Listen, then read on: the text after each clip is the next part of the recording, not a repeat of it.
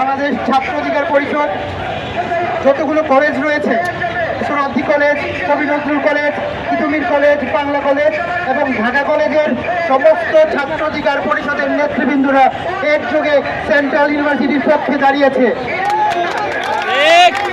আজকের এই প্রোগ্রামে প্রত্যেকটি কলেজ থেকে প্রত্যেকটি কলেজের প্রতিনিধিরা এখানে উপস্থিত হয়েছে। সেন্ট্রাল ইউনিভার্সিটি নিয়ে জিরো টলারেন্স।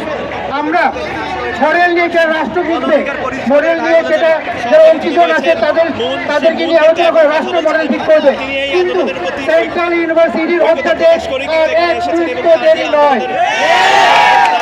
আজকে এই সেন্ট্রাল ইউনিভার্সিটির অধ্যাদেশ জারি করতে হবে।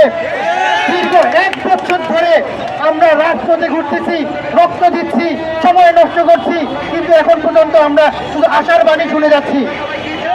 24-25 সেশন 1 বছর হয়ে গেল, তারা ক্লাসে ফিরতে পারেনি। তারা গ্রাম থেকে বলেছে যে আমরা ক্লাসে ভর্তি হচ্ছি, কিন্তু 1 বছর হয়ে গেল তারা গ্রাম থেকে এসে ঢাকায় থাকতেছে, কিন্তু এখন পর্যন্ত তারা শিক্ষায় শুরু করতে পারেনি।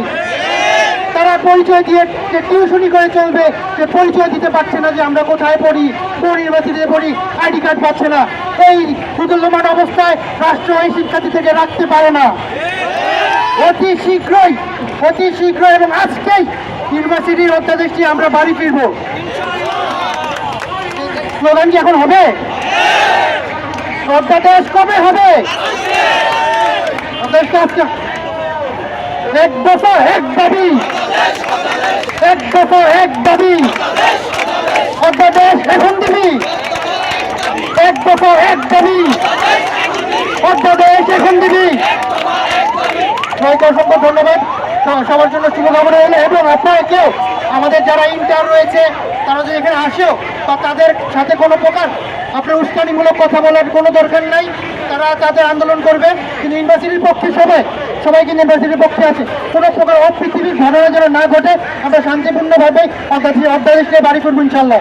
ধন্যবাদ।